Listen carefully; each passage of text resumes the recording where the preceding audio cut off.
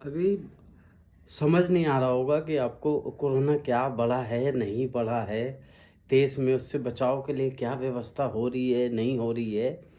क्योंकि ये सब बताने वाले अभी दोनों लोग छुट्टी पे चले गए हैं।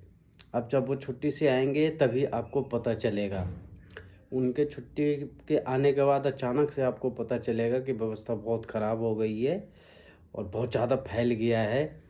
और वो आके बेचारे फिर सारी चीज़ की व्यवस्था कर रहे हैं और अभी तो कोई व्यवस्था हो ही नहीं रही है।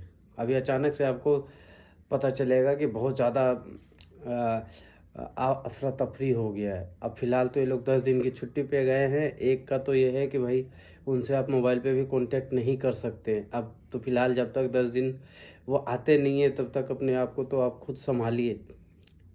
लेकिन फ़ील होगा ऐसा जब वो आएँगे तो जैसे कितनी हमारी आपको उनकी चिंता है बेचारा। लेकिन क्या करें, वो 10 दिन के लिए अपने आप को भी रिफ़्रेश करने गए हैं। एक तो बहुत दूर से चल के आ रहे हैं, सुना है 3000 किलोमीटर पैदल चल के आए हैं। तो उनका इम्यूनिटी तो वैसे ही स्ट्रॉन्ग हो गया था, लेकिन फिर भी रिफ़्रेश होने के लिए जाना पड़ता है आदमी को। कई बार सुना है थाईलैंड और पता नहीं कहाँ-कहाँ जाते हैं। एक और कहीं गए हैं, उनका भी पता नहीं चलता है। तो ये सब गए हैं रिफ़्रेश होने के लिए, रिचार्ज होने के लिए।